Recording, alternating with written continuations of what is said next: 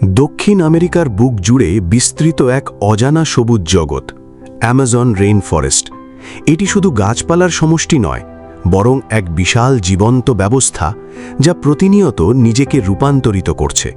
ঘন ছায়ার ভেতর সূর্যের আলো ভেঙে পড়ে, আর আর্দ্র বাতাসে লুকিয়ে থাকে অগণিত প্রাণের স্পন্দন।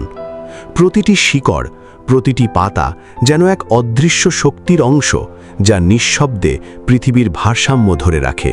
বর্ষা নামলেই এই অরণ্য রূপ নেয় সম্পূর্ণ ভিন্ন এক জগতে। পানির স্তর বেড়ে গিয়ে বনভূমিকে পরিণত করে এক নীরব জলরাজ্যে, যেখানে গাছের মাঝ দিয়েই নৌকার মতো ভেসে চলে জীবন। ঘন ছায়ার আড়ালে শিকারী আর শিকারের নিঃশব্দ খেলা চলতেই থাকে। চলুন ঘুরে দেখি আমাজনের 10টি অবিশ্বাস্য স্থান, যেখানে প্রতিটি পদে লুকিয়ে আছে অজানা রহস্য ও বিস্ময়।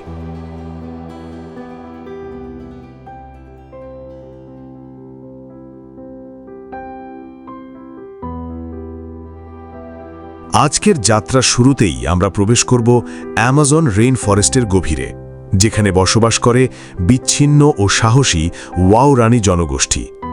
ঘন সবুজ স্তরে ঢাকা এই অরণ্যে সূর্যের আলো প্রায় মাটিতে পৌঁছায় না, আর চারদিকে লুকিয়ে থাকে অজানা বিপদ। বিষাক্ত প্রাণী, শিকারী ও অনিশ্চিত পরিবেশের মাঝেও তারা প্রতিদিন বেঁচে থাকার এক কঠিন সংগ্রাম চালিয়ে যায়। এখানে বেঁচে থাকা মানে লড়াই নয়, প্রকৃতিকে বুঝে নেওয়া।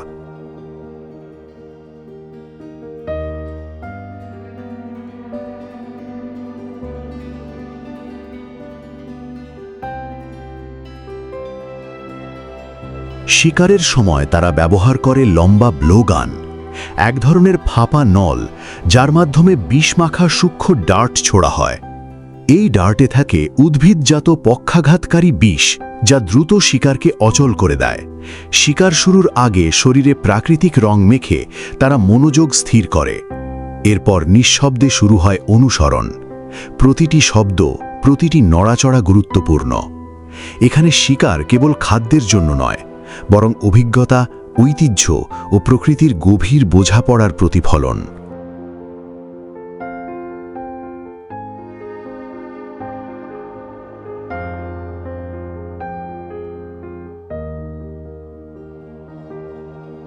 এরপর আমরা আরও গভীরে প্রবেশ করি অ্যামাজন রেইন ফরেস্টের জলমগ্ন অঞ্চলে, যেখানে নীরব ও অন্ধকার জলপথে লুকিয়ে থাকে ভয়ঙ্কর শিকারী গ্রিন অ্যানাকন্ডা।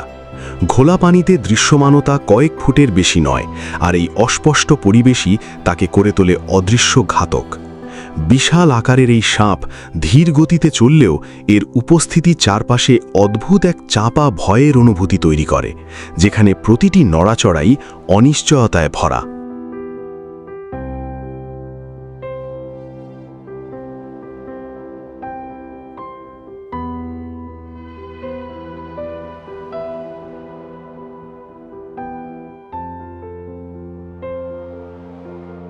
এই সাপ বিষ দিয়ে নয়, বরং শক্তিশালী পেশি দিয়ে শিকারকে পরাস্ত করে। আঘাত হানার মুহূর্তটি প্রায় চোখে ধরা পড়ে না। একবার জড়িয়ে ধরলেই শিকারের প্রতিটি শ্বাসের সাথে তার বাঁধন আরও শক্ত হতে থাকে। দীর্ঘ সময় পানির নিচে লুকিয়ে থাকার ক্ষমতা তাকে আরও ভয়ঙ্কর করে তোলে। তবুও এই শিকারী শুধু ভয়ের প্রতীক নয়, এটি পরিবেশের ভারসাম্য রক্ষায় গুরুত্বপূর্ণ ভূমিকা রাখে, যদিও মানুষের হস্তক্ষেপ তার অস্তিত্বকে হুমকির মুখে ঠেলে দিচ্ছে।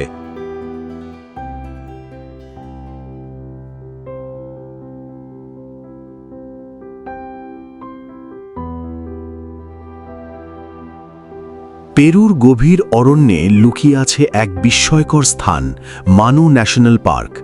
এখানে পা রাখলেই মনে হয় সময় যেন বহু পেছনে থেমে আছে। বিস্তীর্ণ এই অঞ্চলে এখনও এমন কিছু আদিবাসী গোষ্ঠী বাস করে, যারা বহির্বিশ্বের সাথে প্রায় কোনো যোগাযোগ ছাড়াই নিজেদের নিয়মে জীবনযাপন করছে। ঘন বন, কুয়াশাচ্ছন্ন পাহাড় আর অজানা নীরবতা মিলিয়ে এটি যেন এক হারিয়ে যাওয়া পৃথিবীর অংশ।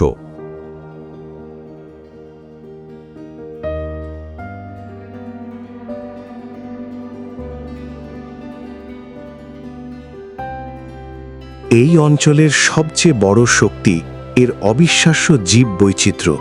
এখানে শত শত নয়, হাজারেরও বেশি পাখির প্রজাতি বাস করে, যা পৃথিবীর অন্য অনেক বড় দেশের তুলনায়ও বেশি। বিরল প্রাণী, অজানা উদ্ভিদ আর বিচ্ছিন্ন উপজাতিদের সহাবস্থান এই জায়গাকে করেছে অনন্য। তবে এই সৌন্দর্য রক্ষা করতে পর্যটকদের প্রবেশ কঠোরভাবে নিয়ন্ত্রিত, যেন প্রকৃতির এই সূক্ষ্ম ভারসাম্য অক্ষুণ্ণ থাকে।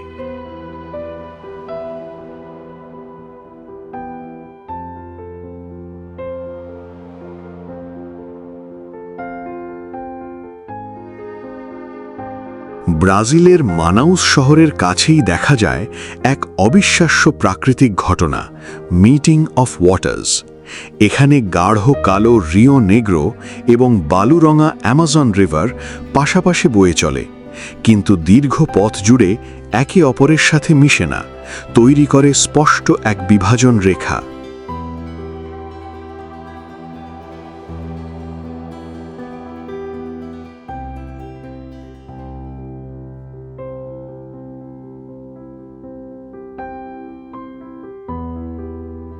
এই অদ্ভুত ঘটনার পিছনে রয়েছে পানির তাপমাত্রা, প্রবাহের গতি এবং ঘনত্বের পার্থক্য।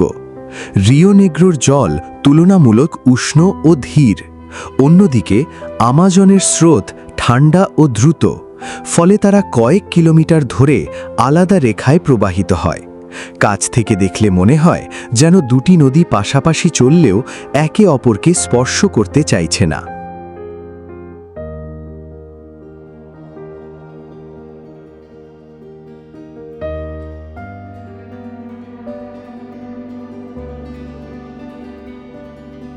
মানাউস শহরের মানাউসের জলসীমা অতিক্রম করে আমরা প্রবেশ করি অ্যামাজন রেইন ফরেস্টের গভীরে, যেখানে নীরব ছায়ার মধ্যে ঘুরে বেড়ায় এক নিখুঁত শিকারী জাগুয়ার।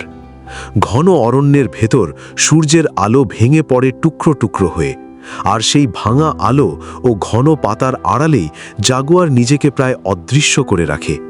মাত্র কয়েক ফুট দূর থেকেও তাকে দেখা কঠিন হয়ে যায়, যেন সে অরণ্যেরই অংশ।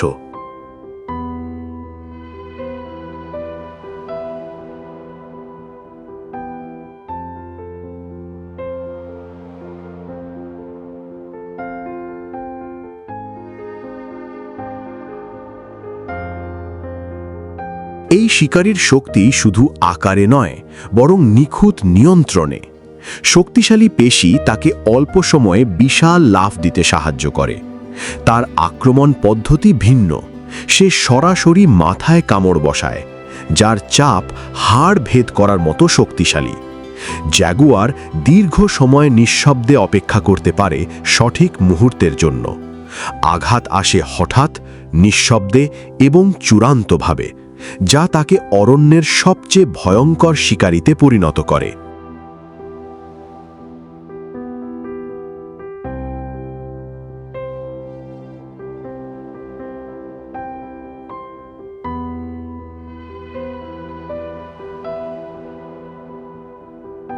দক্ষিণ পেরুর টাম্বোপাটা ন্যাশনাল রিজার্ভ অঞ্চলের গভীরে বিস্তৃত এক বিশাল সংরক্ষিত বনভূমি, যা অ্যামাজন রেইন ফরেস্টের জীববৈচিত্র্যের অন্যতম কেন্দ্র হিসেবে পরিচিত।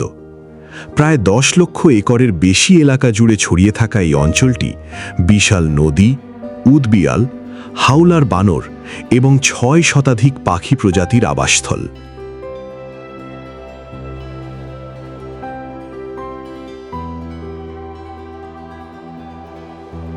তাম্বোপাতার সবচেয়ে বিশেষ বৈশিষ্ট্য হল এর নদী তীরের কাদামাটির লবণাক্ত চাটাস্থান, যেখানে প্রতিদিন ভোরে শত শত ম্যাকাও ও তোতা পাখি জড়ো হয় রঙিন ও কোলাহলপূর্ণ এক দৃশ্য তৈরি করতে।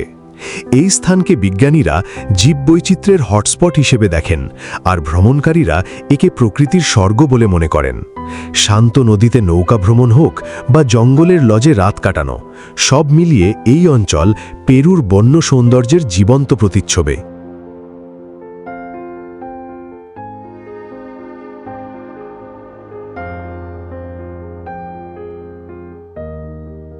আমাদের পরবর্তী যাত্রা নিয়ে যায় ক্যাপিবারার জগতে, যা অ্যামাজন রেইন ফরেস্টের সবচেয়ে শান্ত ও সামাজিক প্রাণীগুলোর একটি। ধীর গতির নদী ও বর্ষায় প্লাবিত তৃণভূমির পাশে এদের দেখা যায় ছোট ছোট দলে বিশ্রামরত অবস্থায়। প্রায় 4 ফুট পর্যন্ত লম্বা ও 100 পাউন্ডের বেশি ওজনের এই প্রাণী স্থল ও জল দুই পরিবেশেই সহজে খাপ খাইয়ে নিতে সক্ষম। শান্ত স্বভাবের এই প্রাণীগুলো অরণ্যের ভারসাম্যের অংশ হিসেবে গুরুত্বপূর্ণ ভূমিকা রাখে।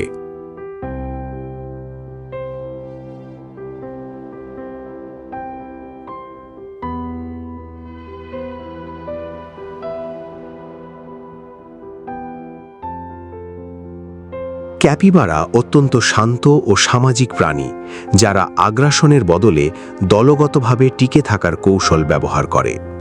আংশিক ঝিল্লিযুক্ত পা তাদের দক্ষ সাঁতারু করে তোলে এবং প্রয়োজনে কয়েক মিনিট পানির নিচে লুকিয়ে থাকতে সাহায্য করে।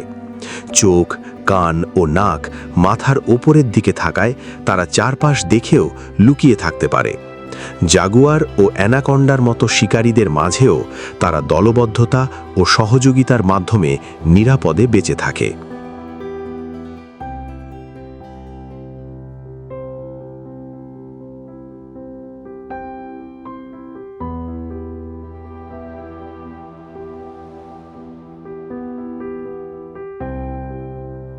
ব্রাজিলের উত্তরাঞ্চলে অবস্থিত মারাজো আইল্যান্ড হল পৃথিবীর অন্যতম বিস্ময়কর জলঘেরা দ্বীপ, যা অ্যামাজন রিভার মোহনার কাছে গঠিত। আকারে এটি অনেক দেশের চেয়েও বড়। এখানে নদী ও সমুদ্রের মিলনে তৈরি হয়েছে বিশাল প্লাবিত সমভূমি। চারদিকে জল, বন আর খোলা তৃণভূমির মিশ্রণে এই অঞ্চল এক ভিন্ন জগতের অনুভূতি দেয়।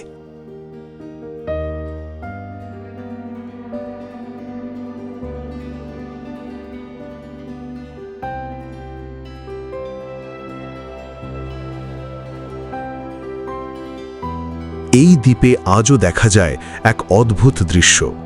রাস্তায় ও খোলা মাঠে ঘুরে বেড়ায় মহিষ, আর স্থানীয় রাখালরা ঘোড়ায় চড়ে প্লাবিত তৃণভূমির মধ্যে দিয়ে চলাচল করে।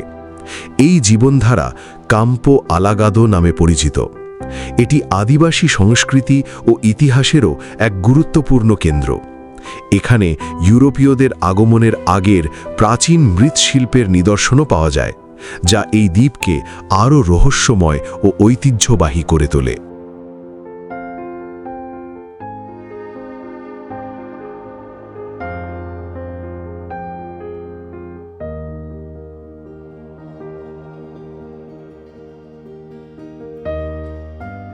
ইকুয়েডরের গভীর ইয়াসুনি ন্যাশনাল পার্ক অঞ্চল হল অ্যামাজন রেইনফরেস্টের অন্যতম জীব বৈচিত্র্যে সমৃদ্ধ স্থান।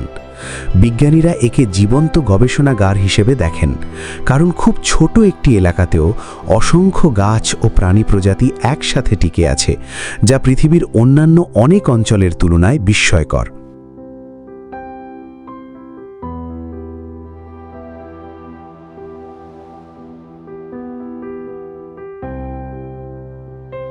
এই অঞ্চল শুধু জীববৈচিত্র্য নয়, বরং পৃথিবীর জলবায়ু নিয়ন্ত্রণেও গুরুত্বপূর্ণ ভূমিকা রাখে, কারণ এটি বিপুল পরিমাণ কার্বন শোষণ করে। এখানে কিছু বিচ্ছিন্ন আদিবাসী গোষ্ঠীও বাস করে, যারা বাইরের বিশ্বের সাথে খুব কম যোগাযোগ রাখে। দূরবর্তী, অক্ষত ও রহস্যময় এই বনভূমি আমাজনের অস্তিত্ব রক্ষার এক গুরুত্বপূর্ণ প্রতীক।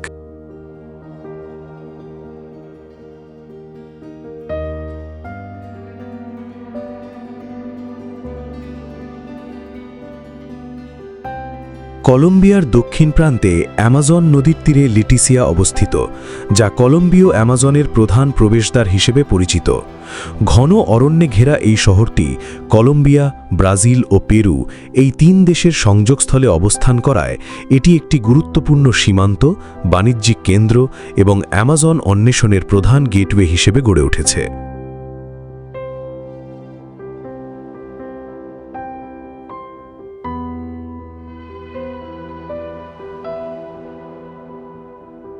লেটিসিয়া শুধু সীমান্ত শহর নয়, বরং সংরক্ষণ ও পরিবেশ পর্যটনের একটি গুরুত্বপূর্ণ কেন্দ্র।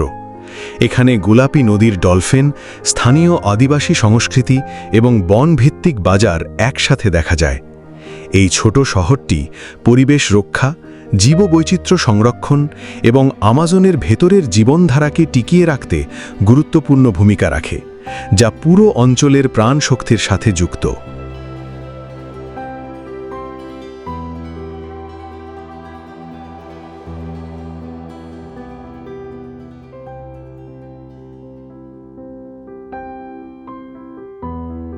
বন্ধুরা, ভিডিওটি কেমন লাগলো তা জানাতে অবশ্যই একটি সুন্দর মন্তব্য করুন। আজকের ভিডিও এখানেই শেষ করছি। দেখা হবে পরবর্তী ভিডিওতে। ভিডিওটি ভালো লাগলে একটি লাইক দিন এবং আমাদের চ্যানেলটিকে সাবস্ক্রাইব করতে ভুলবেন না। আল্লাহ হাফেজ।